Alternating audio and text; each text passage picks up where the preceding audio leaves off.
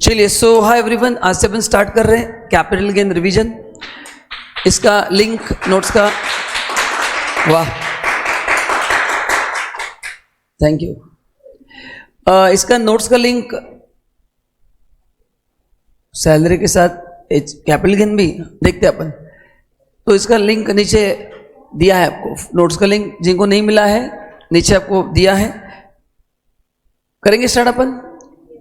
Okay, जो first time है उनको क्या करना है, चैनल को लाइक करना है, सब्सक्राइब करना है, इंस्टा पे फॉलो करना है मेरे को, एंड शेयर भी करना है, कमेंट करना है, बेल आइकन पे प्रेस करना है। हो गया बहुत हो गया।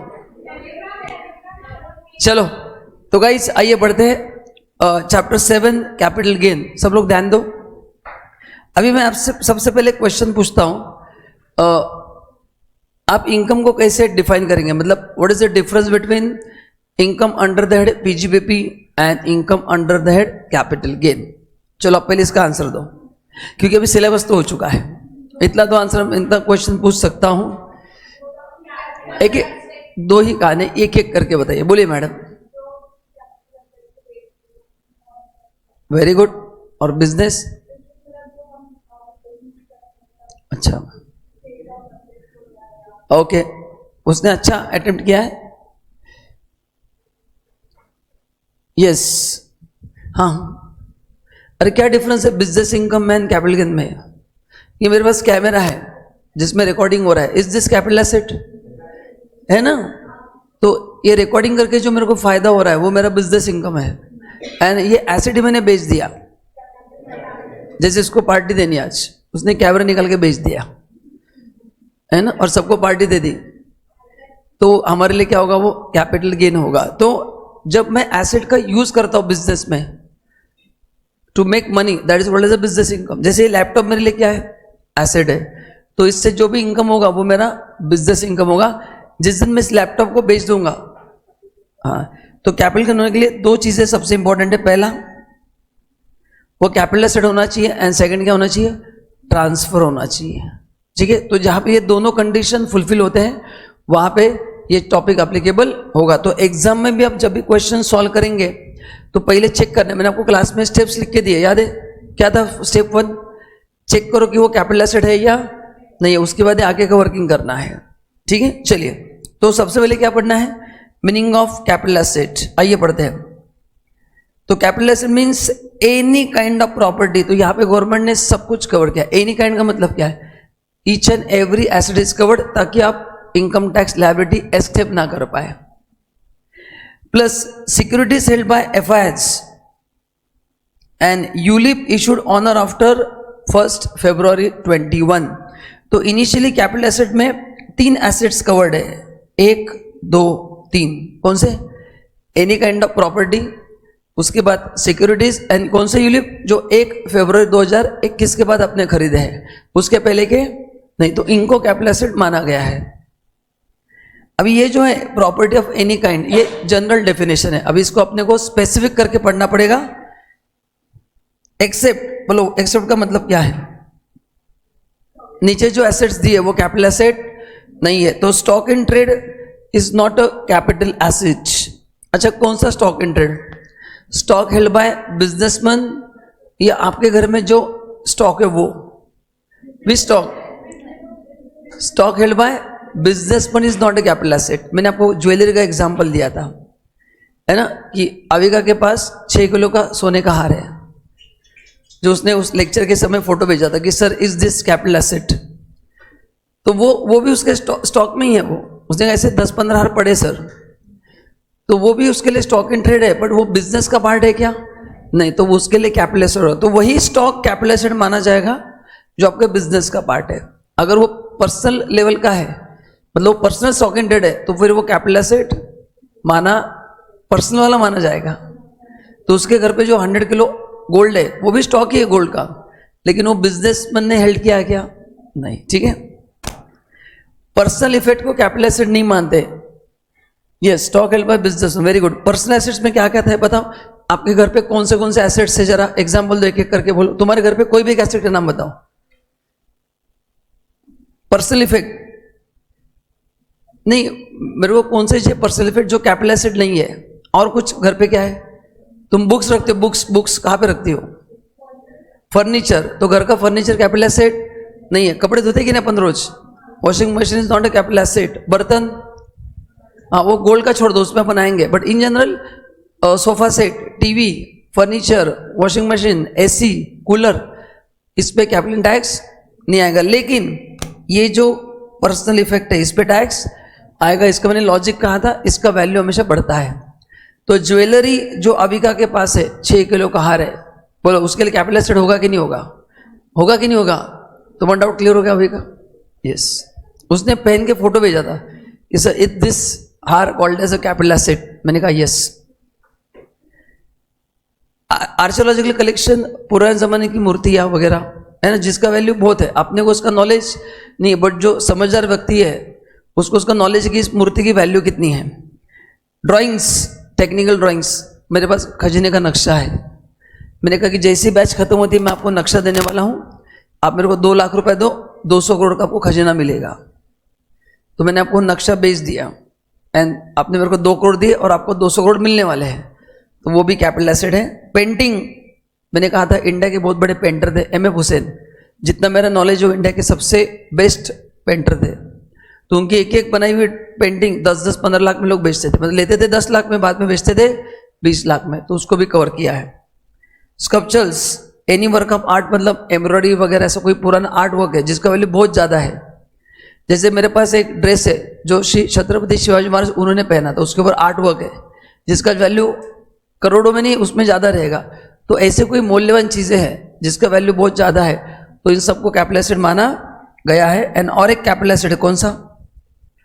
इमोल प्रॉपर्टी को भी कैपिटल एसिड माना गया है। अच्छा, ज्वेलरी में कौन सा कवर्ड है? गोल्ड कवर है, silver, diamond and precious stones, ये सभी ज्वेलरी में कवर्ड है। बर्तन में मैंने क्या कहा था? सिल्वर यूटेंसिल को कैपिटल एसिड नहीं मानते हैं, बट बाकी यूटेंसिल्स को कैपिटल एसिड मानते हैं। और मैंने ये भी कहा था कि आपके पास ड्रेस है सोने का जिसमें नक्शी काम किया है। मैंने कहा था काफ़ी लोग शादियों में वो सोने का नक्शी काम करा के लेते हैं ड्रेस के ऊपर या साड़ी के ऊपर, देखो उसका नक्शी काम होता है, तो वो भी कैपिटल एसिड है।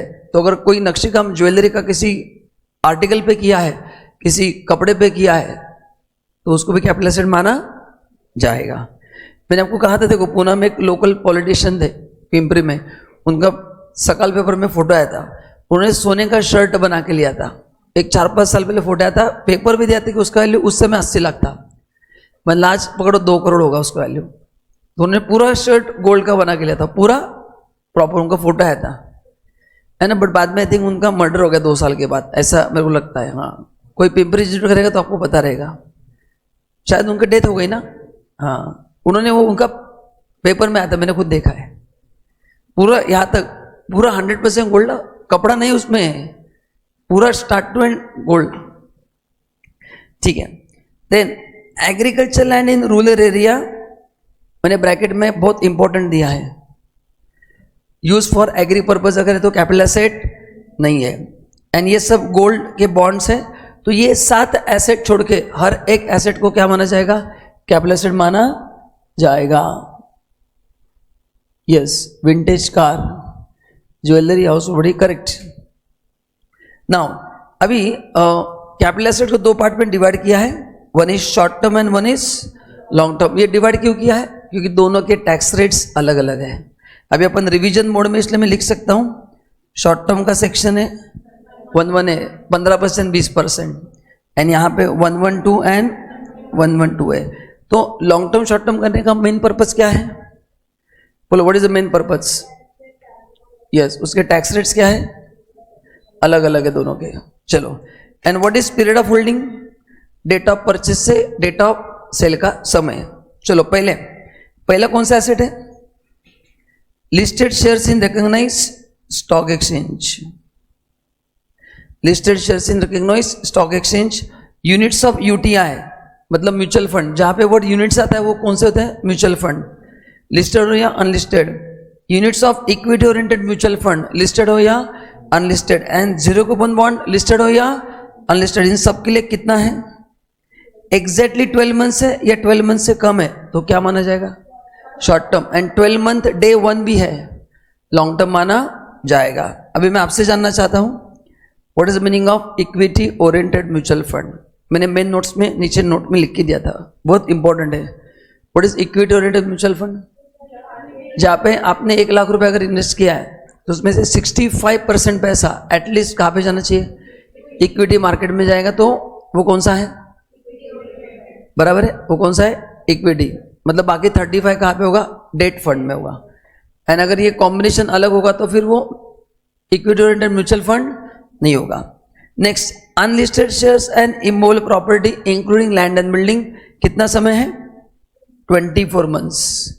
एंड बाकी सभी एसेट्स के लिए अमेंडमेंट हुआ है। सभी एसेट मतलब कौन से हैं बताओ? गोल्ड, सिल्वर, डायमंड, बाकी 1 2 छोड़ के जितने भी कैपिटल एसेट्स है उनके लिए क्या अमेंडमेंट हुआ है बताओ?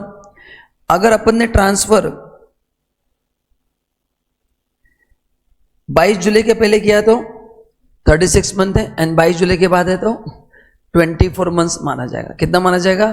तो अभी एग्जाम में सपोज आपको दिया है कि अपन ने गोल्ड ट्रांसफर किया है, तो देखो लॉन्ग टर्म शॉर्ट टर्म कैसे निकालेंगे आप? गोल्ड थर्ड कैटेगरी में आएगा, पहले बताओ गोल्ड कहां पे आएगा? 1 2 3, पहले ये बताओ। 3 में कंफर्म ना? हाँ, अभी ध्यान दो मैं क्या बता रहा हूं, ऑनलाइन करेक्ट है। ये है आपका डेट ऑफ परचेस, एंड यहां पे लिखता हूं मैं डेट ऑफ सेल। मैंने 11 अप्रैल 2022 को लिया था, एंड मैंने 11 अप्रैल 2024 को बेचा है। This is the first case. Second case, 11 अप्रैल 2022 में लिया है, 11 अगस्त 2024 में बेचा है। So can you tell me nature? पहले बताओ पीरियड कितना होगा? 12, 24, 36 या दोनों होगा? अदर एसेट्स के लिए दोनों होगा ना? हाँ, 22 जुलाई के पहले तो 36, 22 जुलाई के पहले तो, एंड 22 जुलाई के बाद 24। तो जरा बताऊं ये शॉर्ट टर्म होगा लॉन्ग टर्म होगा? पहला पीरियड तो निकालो, इन दोनों पीरियड कितना है, बाकी अमेंडमेंट इसका समय तो बताओ कितना है?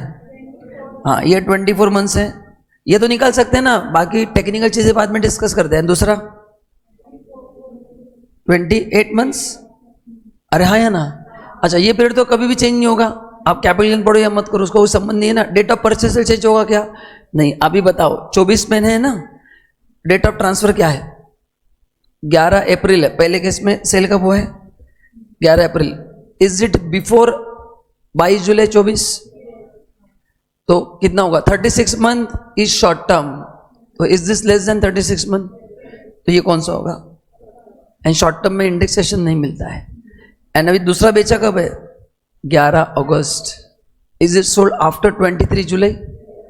तो 24 लेंगे, ये कितना है? 28 है ना? ये क्या माना जाएगा?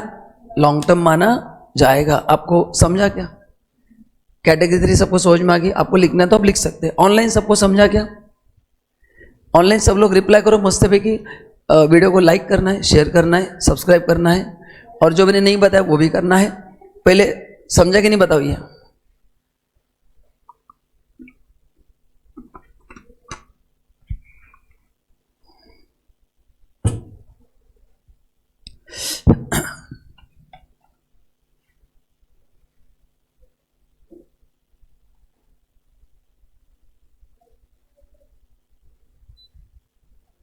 बोलिए, बंद करूं?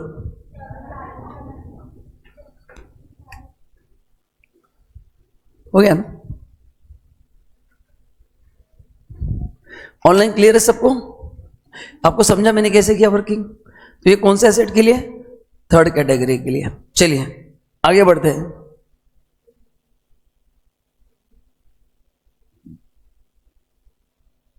हो गया क्या? थोड़ा जल्दी लिखो।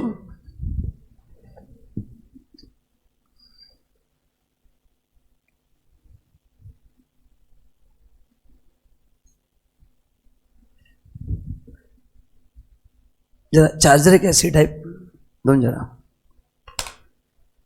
ये फोन से परेशान हो चुका हूं चार्ज कर करके। लेना है अभी नया, बट मेरे को टाइम नहीं मिल रहा जाने के लिए। OnePlus या आईफोन ले लूंगा, देखते हैं कौन सा है, लूंगा ना अभी, बट जाने को टाइम नहीं मिल रहा है मेरे को, इसलिए लूंगा अभी मैं।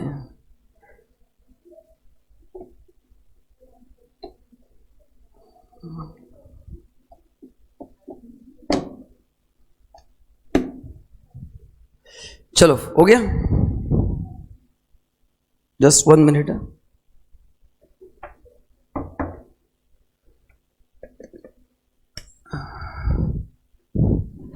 Okay next, now what is meaning of transfer? जब भी एसेट ट्रांसफर होगा उस पर कैपिटल टैक्स आएगा। तो ट्रांसफर में क्या कवर्ड है? सेल। सेल मतलब क्या? Exchange for money. And what is meaning of exchange? Exchange में बार्टर एक्सचेंज भी कवर्ड है। तो अच्छा सपोज अभी एक्सचेंज में अभी अपन रिवीजन मोड में है, तो चैप्टर सबने पढ़ा है। एक्सचेंज में सुनो मैं क्या बोल रहा हूं, मैंने आपको गोल्ड दिया, मेरे पास जो गोल्ड था मैंने आपको दिया, एंड उसके बदले आपने मेरे को शेयर्स दिए। तो for me there is a transfer of gold and for you there is a transfer of shares. Do you agree? दोनों के लिए कैपिटल गेन है कि नहीं बताओ? है। तो मैंने गोल्ड आपको दिया, बट उसका सेलिंग प्राइस क्या होगा? Because I have received consideration in kind. You have given me shares, no there is no cash given. तो मैंने क्या कहा था? Fair market value of asset received on the date of, जिस दिन मिला उस दिन। तो बोलो मेरे लिए, मेरे गोल्ड के लिए what is the selling price of gold? Fair market value of shares. And for you what is the selling price of shares? Fair market value of the gold. तो जो भी कंसिडरेशन इन काइंड होगा, क्या लेना है आपको? जिस दिन वो एसेट मिला उस दिन का क्या लेना है? फेयर मार्केट वैल्यू लेना है। ठीक है। रिलिंक्विशमेंट मतलब टू गिव अप, मतलब एसेट गिफ्ट दे दिया है ना, एसेट को क्या कर दिया? गिफ्ट करना। तो गिफ्ट करने को भी ट्रांसफर मानते हैं, लेकिन अपन ने पढ़ा है जो बंदा गिफ्ट देता है उसके हाथ में ट्रांसफर, मतलब उसको टैक्स नहीं देना है, ट्रांसफर है बट टैक्सेबल नहीं है। सो what is the learning point? Please pay attention.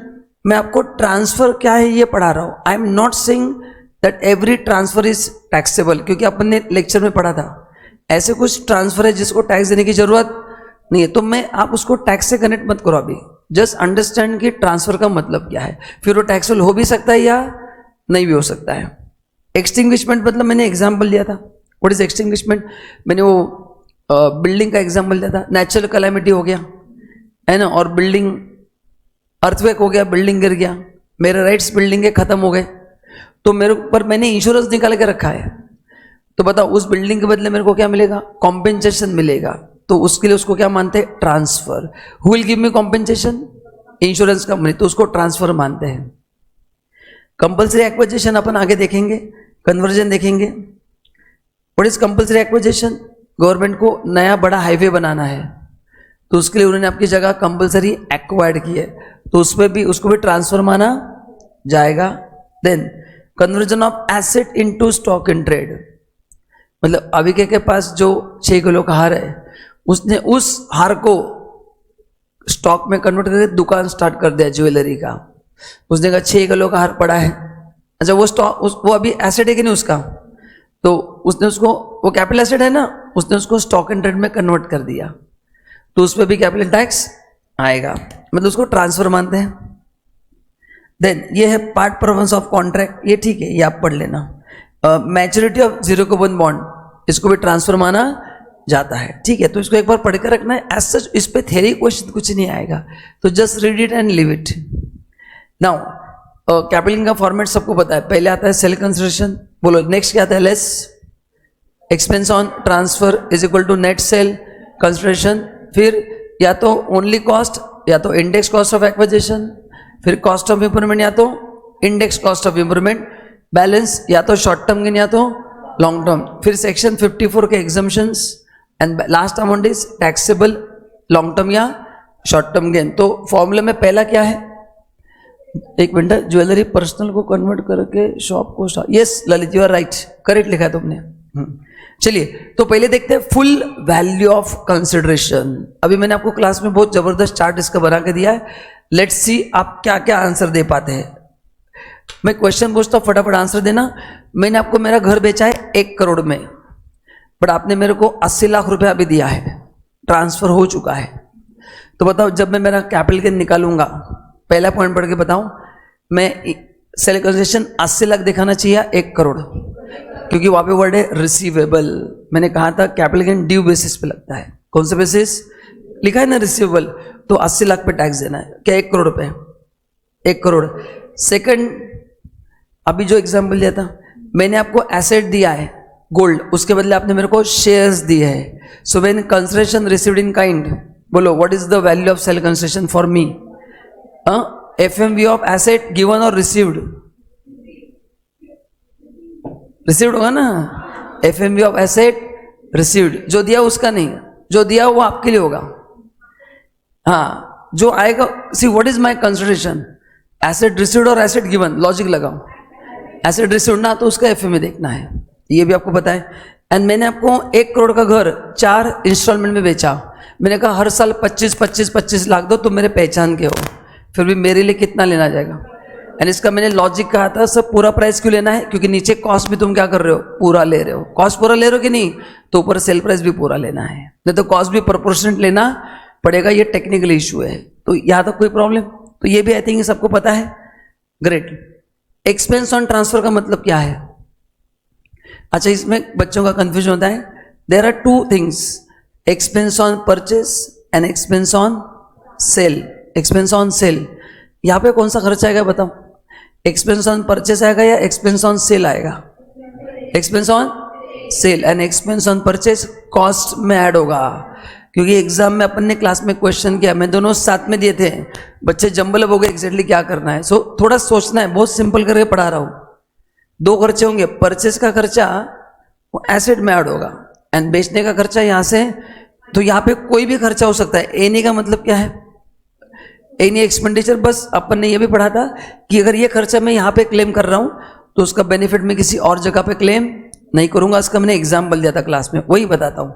मेरे को मेरा ऑफिस बेचना है, office is my business asset, मैंने पेपर में ऐड दिया, 500 रुपया खर्च किया कि एसेट ये बेचना है, तो ये advertisement being a business asset मैंने P&L में डेबिट कर दिया है, तो बताओ मैंने ऑलरेडी P&L में डेबिट किया है, वापस मैं कैपिटल गेन में माइनस कर सकता हूँ क्या, नहीं, तो ये खर्चा 2 जगह पे क्लेम नहीं करना है, क्योंकि जो कैपिटल एसेट है, सी मेन पॉइंट क्या है, capital gain topic does not make any difference between business asset and personal asset, are you getting my point, ये पॉइंट बताना भूल गया, वापस आता हूँ, ये जो कैपिटल एसेट है, ये जो कैपिटल गेन टॉपिक है, इसमें एसेट पर्सनल भी हो सकता है या, हाँ बस क्या होना चाहिए, वो कैपिटल एसेट होना जरूरी, आपको समझा क्या, so capital gain topic does not make any difference between personal assets and business asset, as long as it is a capital asset आपको टैक्स देना है। आपको एक एग्जाम्पल दिखाता हूँ, आपको याद आ जाएगा, मैं बताना भूल गया, मैंने आपको क्लास में क्वेश्चन पूछा था कि आपके पास जो कार है ना, जिनके पेरेंट्स सैलरीड है, जिनके पास वो कार है, सैलरीड लोग कार का डेप्रिसिएशन क्लेम कर सकते हैं क्या, नहीं कर सकते, बराबर है ना, तो उनके लिए वो पर्सनल एसेट है, उनको टैक्स देने की जरूरत नहीं। अभी मैं मेरा एग्जाम्पल लेता हूँ, मैंने दोनों कार के ऊपर मैं डेप्रिसिएशन क्लेम करता हूँ, मैंने वो मेरे बिजनेस के नाम पे लिए, बताओ अभी वही कार मेरे लिए क्या बन जाएंगी, बिजनेस एसेट बन जाएंगी। So don't go by the name of the asset. चलो आपके घर का फर्नीचर बोलो कैपिटल एसेट है या नहीं है, आपके घर का फर्नीचर नहीं है और मेरा ऑफिस का फर्नीचर है, क्योंकि मैं डेप्रिसिएशन क्लेम कर रहा हूँ। आपको समझा मैं क्या बोल रहा हूँ, क्या नहीं समझा आपको? So capital gain topic does not make any difference between personal assets and business, as long as it's a capital asset आपको टैक्स देना है। जैसे उसके बाद जो हार है सोने का वो पर्सनल एसेट है, फिर भी टैक्स देना है, ठीक है, ओके। चलिए तो ये ठीक है, कोई प्रॉब्लम नहीं है। नाउ कॉस्ट ऑफ एक्विजिशन बोलो, तो कॉस्ट ऑफ एक्विजिशन का मतलब क्या, फॉर्मूला अपन ने पीजीपी में पढ़ा था। एसेट खरीदने के लिए जो भी खर्चा हुआ है प्लस परचेज प्राइस, सबको क्या करना है, ऐड करना है। सबको क्या करना है, ऐड। बस एक चीज पढ़ना रहेगा अपना, एससीटी एंड सीटीटी जो अपन शेयर्स म्यूचुअल फंड कमोडिटी पे देते हैं वो यहाँ पे माइनस नहीं होगा। एक्सपेंस ऑन ट्रांसफर में सब कुछ माइनस होगा, कौन सा खर्च अपन माइनस नहीं करेंगे?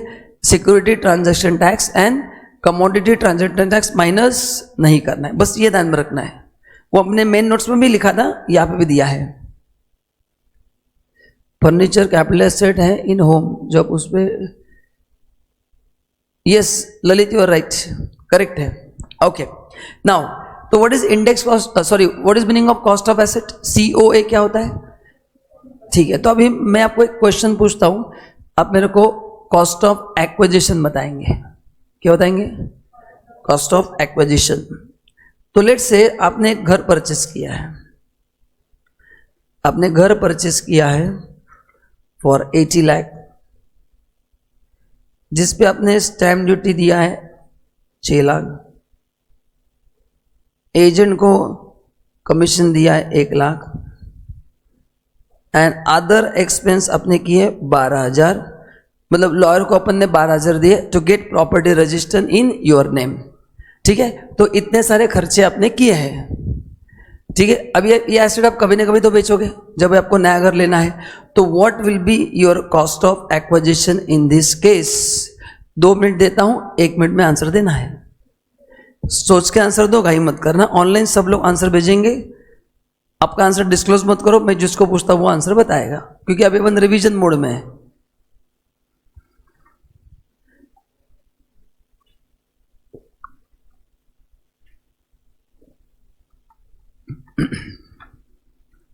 यस लास्ट बेंच बताओ। हाँ 87 लाख, ओके ठीक है। Yes 87 lakh 12,000, second answer. Yes madam. अच्छा ये दो तो आ गए, ये छोड़ के अभी। यस कुछ तो अलग बोलो ना, लोग क्या कहेंगे। हाँ यस नहीं प्रॉपर्टी है ना, सब रेटेड टू परचेस ही है ना, मैं डेटा दिया मतलब उससे रेटेड ही है। 87 लाख 12,000। यस हाँ 87 lakh correct, this is the right answer. हर एक खर्चा क्या करना है? ऐड। ये पूरा खर्चा दोस्त रेटेड टू परचेस था। तो आप जब एग्जाम में कॉस्ट ऑफ एक्विजिशन लोगे कितना लोगे? तो any expenditure incurred which is related to purchase of assets, which is related to purchase, आपको एसेट के कॉस्ट में क्या करना है? मस्तबे ऐड करना है। यहां तक क्लियर है? ठीक है, अभी नेक्स्ट कॉन्सेप्ट पढ़ना है अपने को, index cost of acquisition, and तीसरा पढ़ना है डीम कॉस्ट ऑफ एक्विजिशन। तो पहले अपन देखते हैं what is deem cost of acquisition. कोई बताना चाहेगा?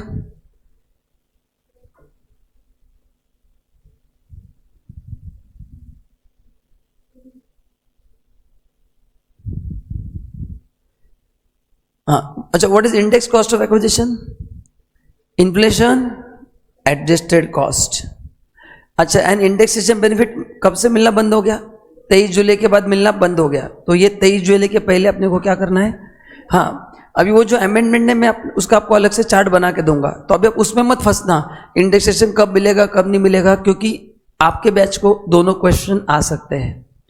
So rather than getting confusion that amendment क्या हुआ है, मैं जो पढ़ा उस पर ध्यान दो। लास्ट जब आएगा टैक्स कैलकुलेशन मैं आपको पूरा चार्ट वापस बता दूंगा।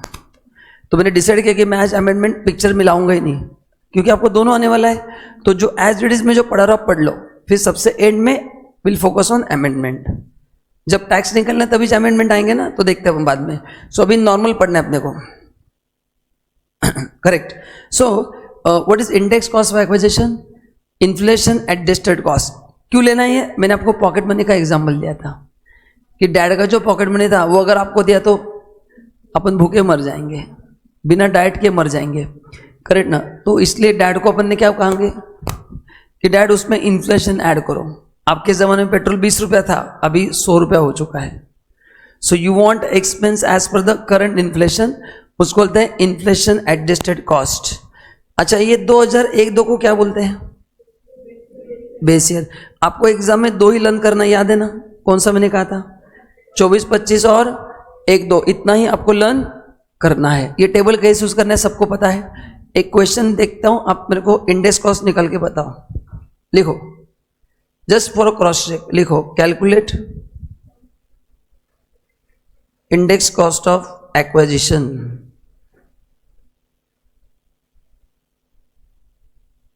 The house property purchased in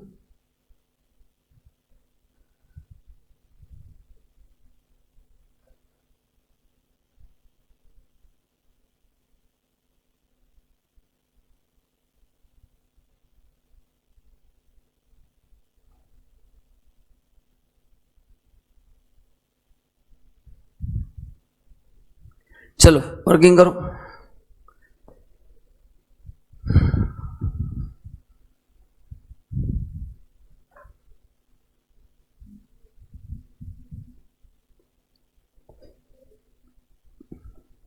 correct है.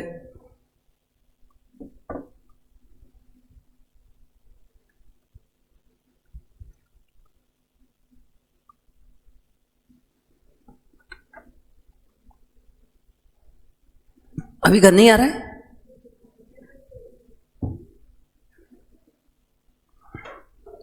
यस, तुम्हारा आंसर आ गया. नहीं, जल्दी करो, एग्जाम है ना अपना. हो गया.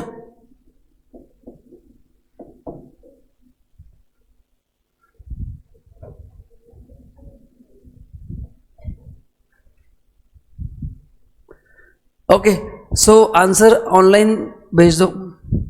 चलिए, तो लोकेश कितना आ रहा है? क्या क्या क्या होता है ना तारक मेहता में, क्या क्या क्या देखा ना, जेठालाल बोलता 3 बार क्या क्या. तारक मेहता हो गया उसका. हाँ बोलो. अरे कितना सिंपल है रे, बोलो. अच्छा एक मिनट पहले बताओ, one interesting question for interesting student. Madam तुम आंसर दो. ईयर ऑफ परचेज 5-6 है या 6-7 है? चेक करो एक बार. जनवरी 6 बराबर है, 5-6 ही है. हाँ, तो फिर 5-6 का इंडेक्स लेना है, तो 5-6 का इंडेक्स 117 है. तो जब इंडेक्स 117 है, मेरे एसेट का वैल्यू था 12 लाख रुपया. अभी आज का इंडेक्स कितना है? महंगाई. तो what is answer? 12 lakh upon 117 into 363. ये बराबर है क्या? हाँ, सो 37,23,076. 37 लाख. देखो मैंने बिना कैलसी के किया. देखो मैंने बिना कैलसी के किया. अब कैलसी लेके देख रहे हैं.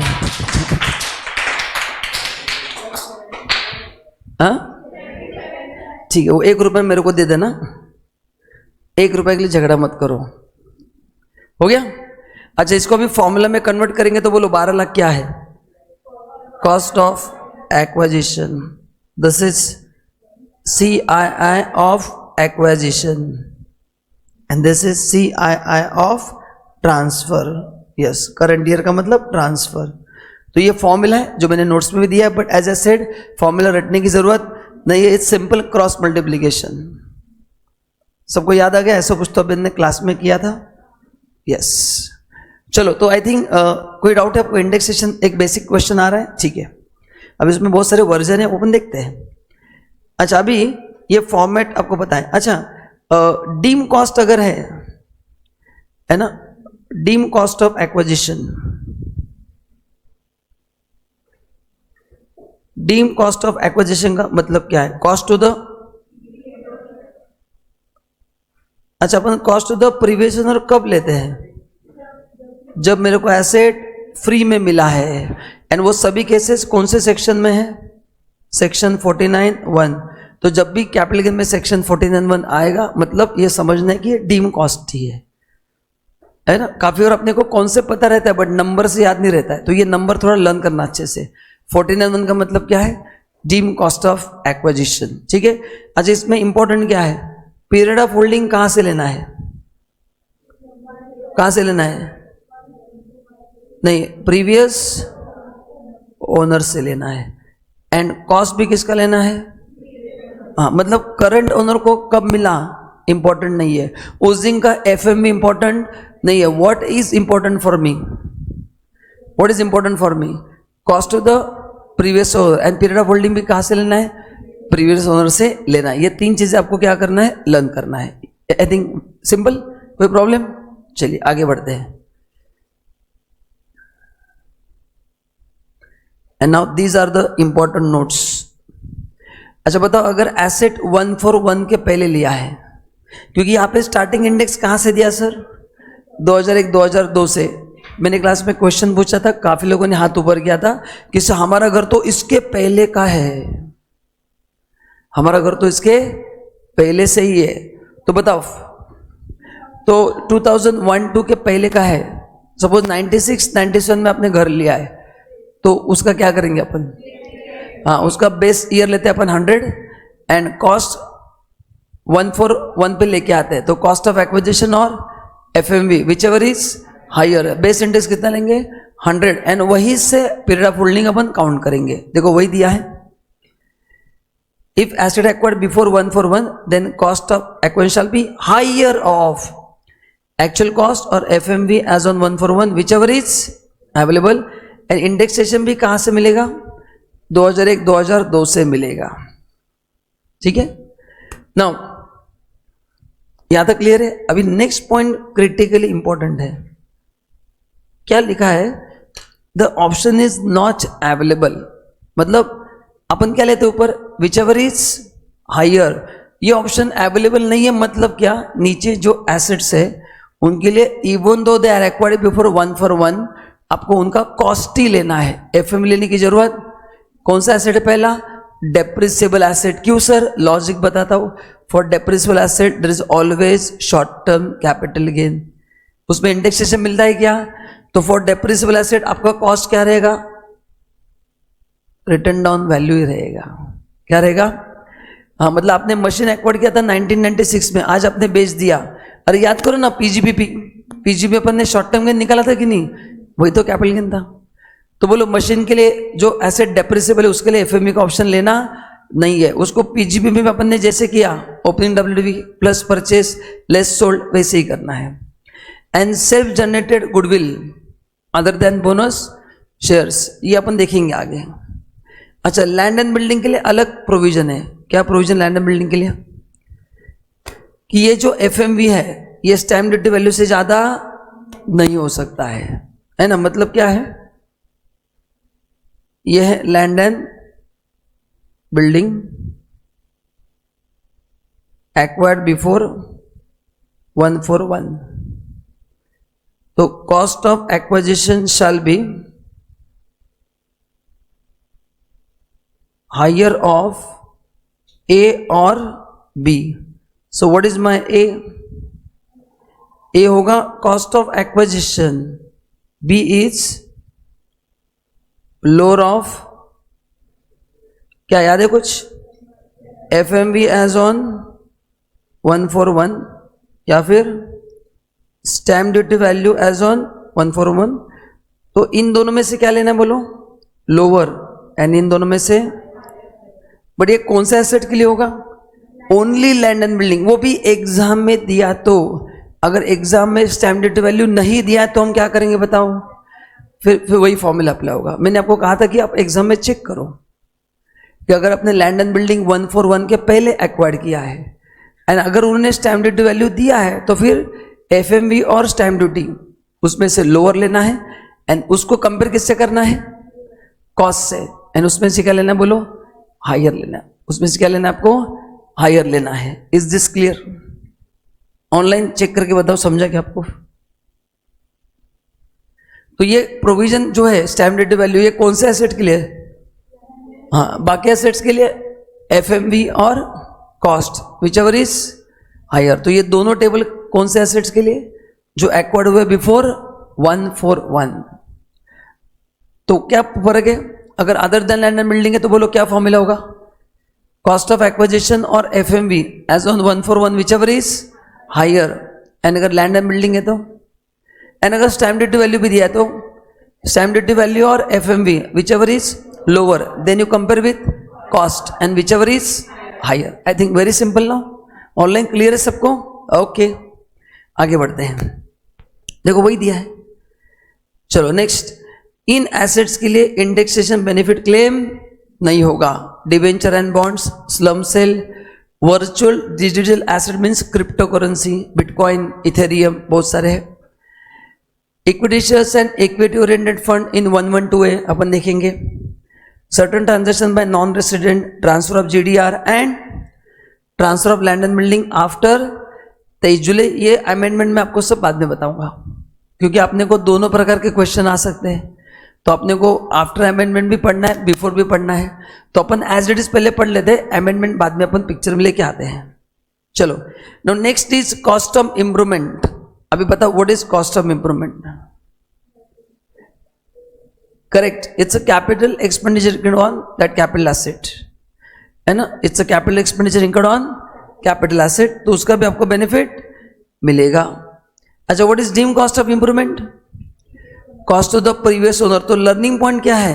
इंप्रूवमेंट खर्चा आपको दोनों का क्लेम करना है, जो आपने किया वो भी मिलेगा एंड जो प्रीवियस ने किया वो भी मिलेगा। बस इस लाइन का मतलब क्या मेरे को बताओ, कुछ याद है आपको? जो मैंने ग्रीन कलर से सर्कल किया है, कौन सा खर्चा इग्नोर करना है?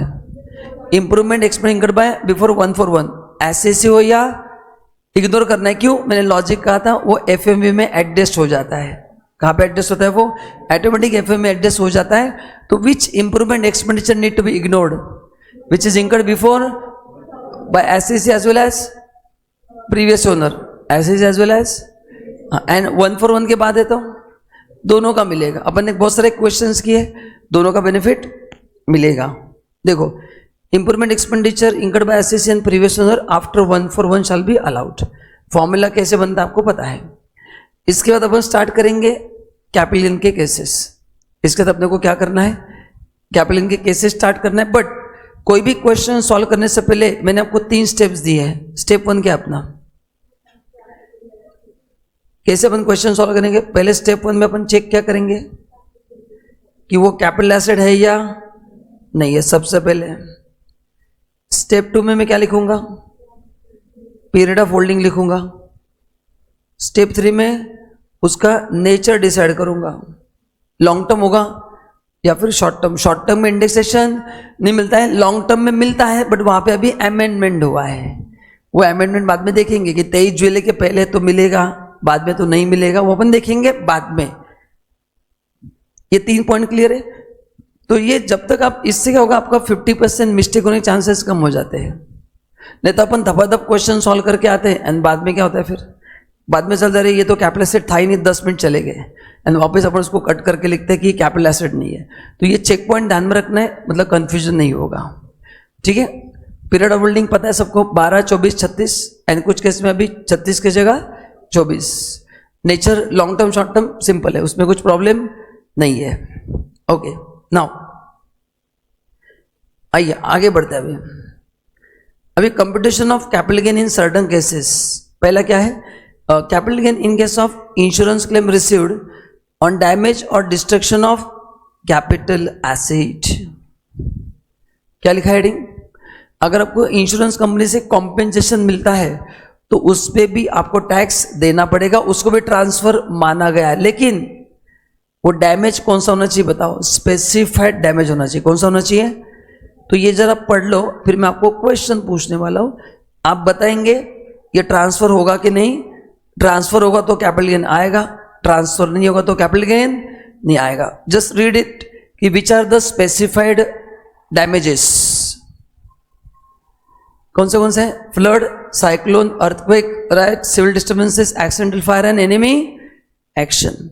तो इनसे जो भी कॉम्पेंसेशन मिलेगा उस पर कैपिटल टैक्स आएगा ना, या नहीं आएगा? अच्छा, मेरे फैक्ट्री से मशीन चोरी हो गया, मैंने उसका भी इंश्योरेंस लेके रखा है and insurance company is going to pay for me, pay for that asset. Asset चोरी हो गया, is theft covered over here, तो उस पर टैक्स नहीं आएगा। वही बताने की कोशिश कर रहा हूं that every insurance claim is not taxable. Insurance claim which arise on account of specified damage which are mention over here, वही टैक्सेबल होगा। थेफ्ट पे टैक्स आएगा क्या? नहीं आएगा। Are you getting my point? क्योंकि इंश्योरेंस कंपनी तो compensation देगा, इंश्योरेंस कंपनी कॉम्पेंसेशन देगा, लेकिन अपने को टैक्स कहाँ पे देना है? स्पेसिफाइड डैमेज है तो टैक्स देना है, ठीक है। ओके, नाउ अभी कंसिडरेशन ये मैंने बता दिया, कैश में होगा तो कैश होगा, एंड काइंड में होगा तो FMV on the date of receipt, FMV on the date of receipt. अच्छा, अभी ये 2 पॉइंट बहुत इंपॉर्टेंट है, देखते आपको समझा कि नहीं। मैं एक्सप्लेन कर रहा हूं सेक्शन 45(1)(a), क्या इसका नाम है? Insurance claim. मैं आपको एक क्वेश्चन दे रहा हूं, you will calculate period of holding for me and everything, ठीक है। चलो पहले मैं लिखता हूं यहां पे, परचेस किया था 11/11/12 को,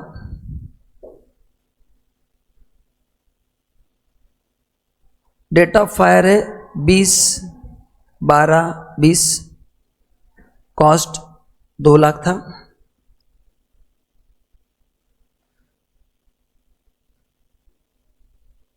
कॉम्पेंसेशन रिसीव्ड हुआ है 1125 रुपीज 6 लाख, ठीक है। So what I want here, I want period of holding,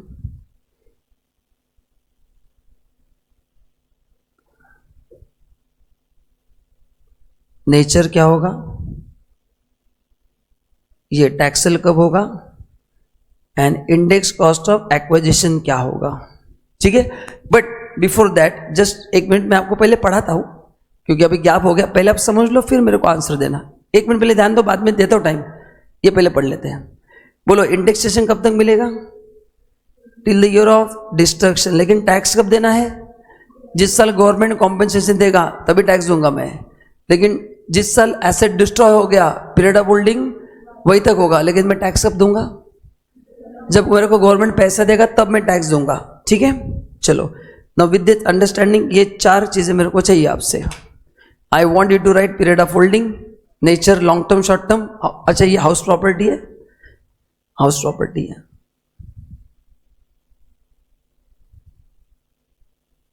चलो, जितना था लिखो, क्योंकि ये अगर आपको आ गया तो न्यूमेरिकली आ गया, फिर क्या है थ्योरेटिकली समझना, इससे अच्छा लिखेंगे तो याद रहेगा, ये ज्यादा इफेक्टिव होगा। फटाफट लिखो।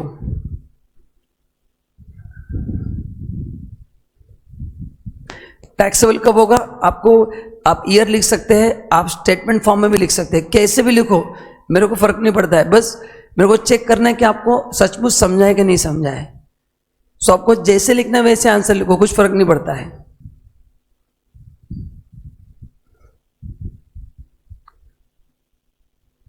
करेक्ट। चलो ऑनलाइन मेरे को चारों के आंसर भेजो।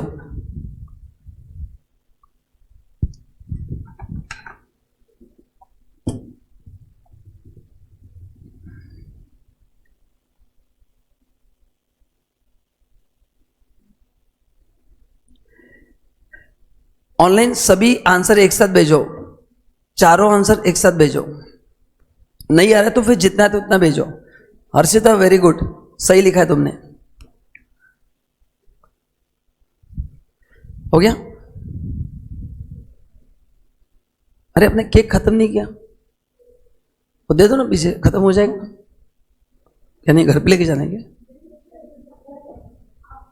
नहीं नहीं, केक खा सकते हैं, केक खाने में क्या प्रॉब्लम है? खराब हो जाएगा ना वो केक। मैडम ले लो केक, खत्म करो, सोचो मत। अरे न्यू एडमिशन तुम्हारा, काफी महीने के बाद वो लेक्चर में आई, दिन नहीं, कहाँ भी थे तुम? तो अभी कल से आओगी तो कल बैंड बिंड मंगा के रखो, बैंड, हार बिल सब, जो नए बच्चे हमको ऐसे स्वागत करते हैं। चलो जल्दी लिखो। अभी एब्सेंट में, अभी जीएसटी चालू है, इजी है ना, उसको कवर हो जाएगा, मत रहो एब्सेंट। यस, हो गया? फटाफट फटाफट, थोड़ा फास्ट करो दोस्तों। चलो, who will give me first answer? Yes madam, तुम दे सकती हो। पीरियड ऑफ होल्डिंग, हाँ पीरियड बताओ फटाफट, फास्ट। नहीं नहीं, पीरियड, डेट, डेट कहां से कहां तक? डेट डेट डेट, यार उसको बोलने दो ना। हाँ 11 नवंबर 12, करेक्ट है क्या? करेक्ट है, यस, क्योंकि उसी साल एसेट को आग लगी है, तो उस साल ही एसेट ट्रांसफर हो गया। बोलो is this greater than 24 months? तो ये कौन सा है? लॉन्ग टर्म कैपिटल एसेट है, डोंट राइट गेन, अपन ने कैलकुलेट नहीं किया है। और ये भी एग्जाम में आपने अंडरस्टैंडिंग के लिए करना है ताकि अपना मिस्टेक ना हो। चलो नेक्स्ट, टैक्सेबल कौन से साल में होगा? करेक्ट है, करेक्ट है, correct, in the year of receipt. Taxable कब होगा? इन प्रीवियस ईयर 24-25 में टैक्सेबल होगा, because it is taxable in the year of receipt. And now who will tell me index cost of acquisition is nothing but cross multiplication? बताओ, अपने को अभी 2 index चाहिए, ये लिखा ना आपने? हाँ, तो चलो इंडेक्स कॉस्ट करके बताओ। अच्छा वो अमेंडमेंट पार्ट छोड़ दो, इंडेक्सेशन करना नहीं करना वो बात की बात है, पहले कॉन्सेप्ट तो अपन बिल्ड करते हैं, है ना? तो अमेंडमेंट में फंसना मत, मैं एंड में करके लूंगा सब, बट एटलीस्ट कॉन्सेप्ट में चेक करो आपको समझा कि नहीं, क्योंकि डेट 23 जुलाई के पहले तो इंडेक्सेशन लेना है कि नहीं? हाँ, तो सीखने के लिए, और ये तो 23 जुलाई के पहले है। हाँ बोलो इंडेक्स कॉस्ट 3,01,000, 3,01,000, यहाँ पे तो अलग आ रहा है, 1,18,06,000, 3,01,000। देखते हैं तो इंडेक्स कौन सा लेना है? नवंबर 12 कब आता है? 11-12 या 12-13? तो बताओ 12-13 का इंडेक्स क्या है? 200। तो जब इंडेक्स 200 था तो अपने घर का प्राइस 2 लाख था। अभी शायद तुमने ना 366 लिया जीवन, तुमने इंडेक्स 363 लिया है, इंडेक्स 2021 का लो। कितना 2021 का इंडेक्स? 301। कितना आ रहा है? 3,01,000 एंड ऊपर 6 लाख दिया है, 2,99,000 long term capital gain. Question खत्म बिना सॉल्व किए, हो गया ना? इतना तो करना है कैपिटल गेन में, बाकी क्या है? जिसको इंडेक्सेशन आ गया उसको पूरे मार्क्स आ गए, बाकी कौन सा एडजस्टमेंट है? सब तो डेटा रेडीमेड दिया जाता है क्वेश्चन में, सेल प्राइस दिया जाता है, एक्सपेंस ऑन ट्रांसफर दिया जाता है, इट्स वेरी सिंपल, एक ही एडजस्टमेंट आपको करना है। ओके तो ऑनलाइन चेक कर लो, प्रशांत का आंसर करेक्ट है, ललित का आंसर करेक्ट है। अच्छा तुमने शायद 12 लाख लिया, ओके कोई प्रॉब्लम, आपको समझा क्या एकदम? अभी कोई कंफ्यूजन है? कंफर्म लॉक किया जाए? चलो आगे next. Now this is very important, इस कुछ डाउट है क्या? हो गया लिख के? तुमको ही पूछ रहा हूं। हाँ हो गया। हाँ now capital gain on conversion of asset into stock in trade, इसमें 2 इनकम आते हैं, सबको याद है? कौन से 2 इनकम? एक कन्वर्जन पे कैपिटल गेन, एंड जब बेचेंगे तब बिजनेस इनकम। तो ये क्या है मैं आपको फटाक से बता देता हूं, पहले थ्योरेटिकली आप पढ़ लो, फिर मैं आपको क्वेश्चन दूंगा, छोटा सा प्यारा सा नन्ना सा, आप सॉल्व करके बताओगे। चलो कॉन्सेप्ट देखो क्या है। अपन आविका का एग्जाम्पल लेते हैं। आविका स्पेलिंग बोलना तो मेरे नाम का, डबल ई आय आय, ठीक है, आविका, ठीक है। तो उसने लैंड परचेस किया है, सुनो 13-14 में फॉर 2 लाख, उसने इसको कन्वर्ट किया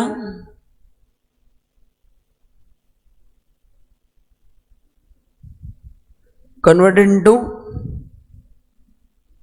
stock in trade on 1/4/20 and इसको सेल किया 1 दिसंबर 24 को, ठीक है।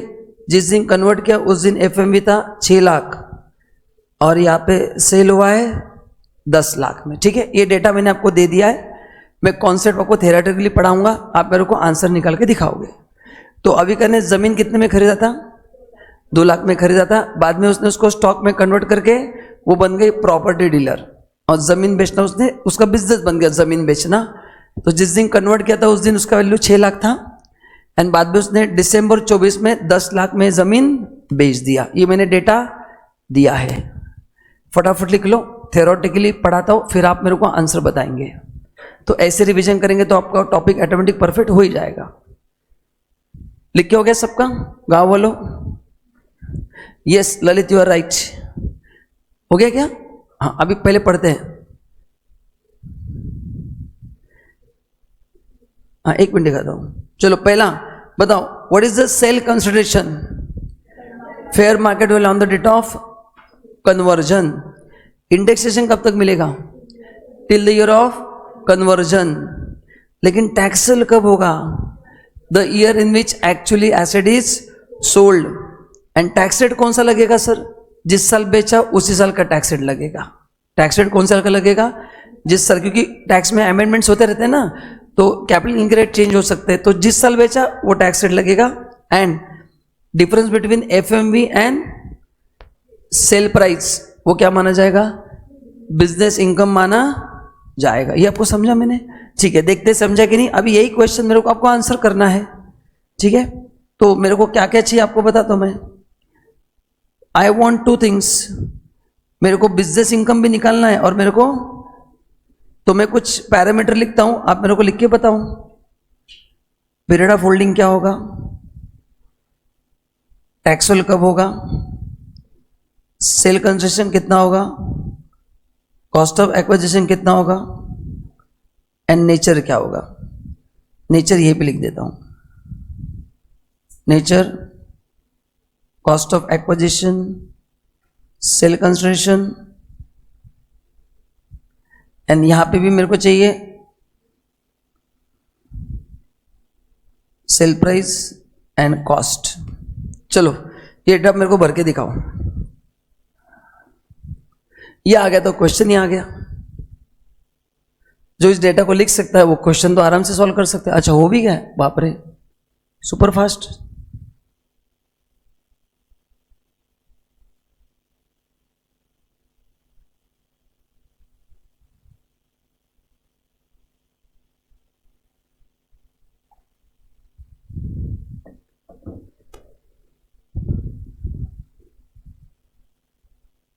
ये आपने लिखा क्या? मैं आपको चाहे तो थ्योरी दिखाता हूं, क्योंकि आपका टैक्स बुक नहीं रहेगा ना। आपने लिखा सबने ये कंफर्म? हाँ ये लिखो, ये रहा थ्योरी आपके सामने, अभी लिखो। चलो ये देख के लिखो।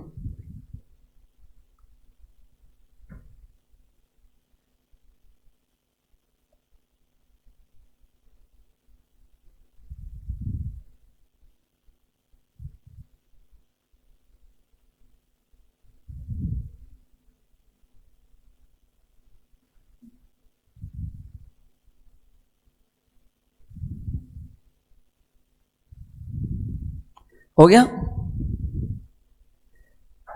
अच्छा, ललित ने दोनों आंसर दे दिए हैं। इंडेक्स कॉस्ट बता दिया, बिजनेस इनकम बता दिया। Lalit very good.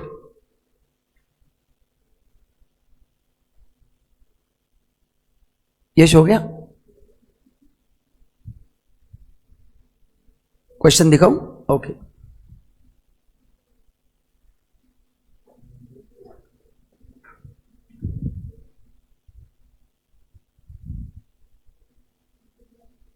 षष्ठी ने भी आंसर दे दिया है, एंड होपफुली वो करेक्ट ही है, क्योंकि ललित के साथ आंसर मैच हो रहा है, मतलब करेक्ट ही है। चलो बोलो, पीरियड ऑफ होल्डिंग कौन बताना चाहेगा? फास्ट, तुम बताना चाहोगी? बोलो कहां से कहां तक?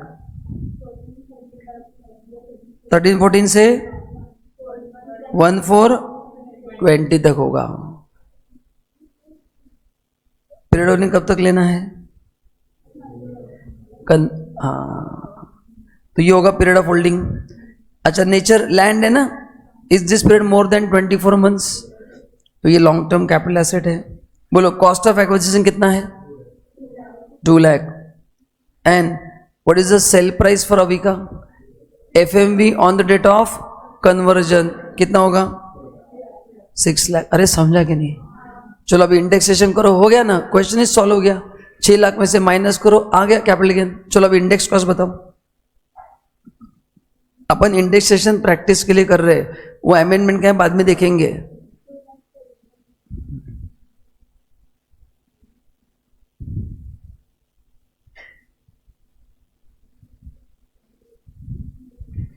बोलो बेस इंडेक्स को, अच्छा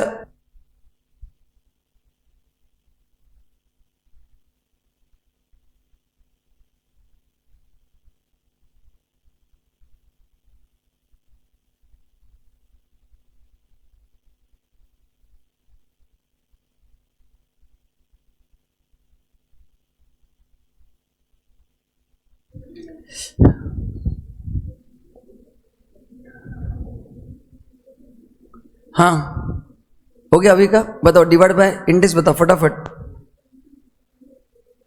ईयर बताओ कौन से साल का इंडेक्स, वेरी गुड, बोलो कितना है, करेक्ट, इनटू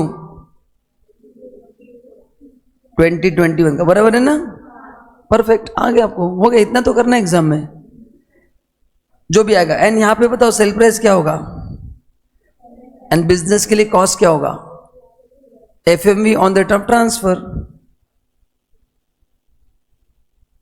तो बिजनेस इनकम कितना होगा 4 लाख, यानी इंडेक्स कॉस्ट कितना आ रहा है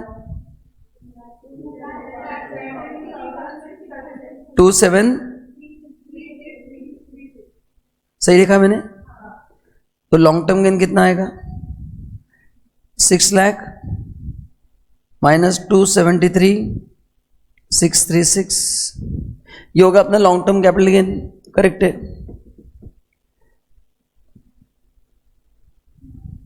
3 लाख 364 करो, तो ये हो गया कैपिटल गेन और ये हो गया बिजनेस इनकम। ललित तुम्हारा बिजनेस इनकम का आंसर थोड़ा अलग आ रहा है, चेक करो। तो गाइस अपन रिवीजन में भी क्वेश्चन ही सॉल्व कर रहे हैं, अरे समझा कि नहीं आपको, हाँ प्रॉपर क्वेश्चन ही, बस उतना प्रेजेंटेशन उतना अच्छा नहीं कर रहे, फटाफट कर रहे। हो गया क्या, ऐसे है आंसर, कोई डाउट है किसी को? चलिए नेक्स्ट, ये टाइम पास प्रोविजन है, इतना काम का नहीं है। मैंने कहा था कि जब भी आप शेयर्स ट्रांसफर करते हैं, मैंने एक ही कंपनी के शेयर्स बार बार लिए, अलग अलग दिन दिया है, लेकिन डिबेंट में सब एक साथ दिखते हैं कि नहीं? तो बोलो शेयर्स के लिए कॉस्ट कैसे लेना है, एज पर विच सिस्टम। हाँ मतलब जो पहले परचेस किया है वही पहले सेल किया, ऐसे एज्यूम करना है, जो पहले परचेस किया है फीफो के हिसाब से लेना है। आगे ये दोनों भी टाइम पास प्रोविजन है, पढ़ लेते हैं, इसका न्यूमेरिकल नहीं लूंगा। Capital gain on transfer of capital asset by partner member to firm AOP BOI as a capital contribution. मतलब क्या है, आप किसी फर्म में एओपीबीवाई में पार्टनर बनने जा रहे हो, क्या बनने जा रहे हो, पार्टनर, और मैंने मेरा एसेट फर्म को दिया है, तो वो भी ट्रांसफर है क्या? यस, क्योंकि मैं मेरे एसेट्स के राइट्स ही फर्म को दे रहा हूं, वो ट्रांसफर है, तो मेरे को कैपिटल टैक्स देना पड़ेगा। Yes, the question is what will be my sale consideration. बस एक ही लाइन का एड्रेस, इतना ही आपको लर्न करना है, बाकी सब एज इट इज है। बोलो what is cell price for me, कौन सा प्राइस? मेरे बुक्स में एक वैल्यू है, एक मार्केट वैल्यू है, एंड एक वैल्यू जिसमें फर्म ने रिकॉर्ड किया है, तो कौन सा प्राइस मेरे लिए सेल प्राइस माना जाएगा? करेक्ट, फर्म एंट्री करेगी ना, house property account debit to Vipul Shah capital account, वो अमाउंट लेंगे अपन। कौन सा लेंगे? वो अमाउंट लेंगे the price at which asset is recorded by firm in their books of accounts. अरे समझा कि नहीं? कंफर्म, लॉक किया जाए। अभी उल्टा हो गया, क्या उल्टा हो गया? यहाँ पे फर्म एओपीबीवाई डिसॉल्व हो गया, तो at a time of dissolution by firm उन्होंने पार्टनर्स को एसेट्स दे दिए, तो अभी फर्म को टैक्स देना पड़ेगा। तो बोलो फर्म के लिए सेल प्राइस क्या होगा? ओनली पहला लाइन पढ़ना है, क्या होगा बोलो? Fair market value on the rate of transfer. तो आज अपन ने 5 मेन प्रोविजन कवर किए, 2 मेन किए, कौन सा? Insurance claim and conversion. एकदम क्लियर है क्या? मैं अगेन बता रहा हूं आपको, एग्जाम में 3 में से एक आने वाला है। इंश्योरेंस क्लेम आ सकता है, कन्वर्जन, एंड जो मैं कल पढ़ाऊंगा ना आपको कंपल्सरी एक्विजिशन, ये मैंने क्लास में भी आपको आईएमपी मार्क करके दिए, वापस बता रहा हूं, ये तीनों बहुत अच्छे से प्रिपेयर करना है। इसमें स्कैनर भी आपके पास है, तो मैक्सिमम टाइम यही क्वेश्चन आते हैं। अच्छा 30 मार्च को याद है ना, नेक्स्ट सैटरडे 29 मार्च को अपना होमवर्क क्या है? यस, मैं ये सेशन नहीं लूंगा, जिन लोगों ने स्कैनर सॉल्व किया है उनका मैं होमवर्क चेक करने वाला हूं। तो जिन लोगों ने कोई कंपल्सन नहीं, जिनको सॉल्व करना है सॉल्व करके आ जाओ। आप कर रहे हैं क्या सॉल्व? कितने लोग कर रहे हैं? ठीक है, तो जितने लोग करेंगे उतने आ रहे क्या नहीं? क्या इजी लग रहे हैं? क्या डिफिकल्ट है? इजी लग रहे हैं ना? अच्छा, वो स्कैनर के क्वेश्चन मतलब एग्जाम कैसे है ना, क्या अलग है? तो अपन यहाँ पे एकदम एडवांस पढ़ रहे कि नहीं? हाँ, तो टेक्स्ट में आपको 60 मार्क्स आने ही चाहिए सबको, क्योंकि मैंने बहुत डिटेल में आपको पढ़ाया और आपके सामने पेपर आप चेक कर लो ना, आप सॉल्व कर रहे हैं ना। एग्जाम के लेवल अपन जो कर रहे हैं, अपन 40% आगे है, ये मैंने प्रूफ कर दिया है। तो जो मैंने पढ़ा है बस वो आपको आना चाहिए। और मैंने आपको एक 4 दिन का होमवर्क दिया है, अगर आप ये कर सकते कभी 4 दिन तो आप खत्म। क्या कहा था मैंने 4 दिन में? हर संडे सुबह 5 से 12 4 दिन में सभी न्यूमेरिकल सॉल्व करो, DT GST के पूरे जितने मैंने लिए। ओरली करो, रिटर्न करो, यू डिसाइड द कॉम्बिनेशन, खत्म। सब कुछ आपको आ जाएगा, फिर कुछ बचेगा ही नहीं। स्कैनर आपको और इजी लगेगा। ठीक है, आप आपके हिसाब से प्लान करो। Thank you so much. Yes, recorded वाला के भी डाउट होगा ना यूट्यूब पे सॉल्व, मैं लिंक भेज दूंगा, उसमें सॉल्व होगा ना। Yes, confirm. चलिए, तो सबका डाउट सॉल्व होगा। बाय बाय, कल मिलते हैं सुपर ब्रेक के बाद अगले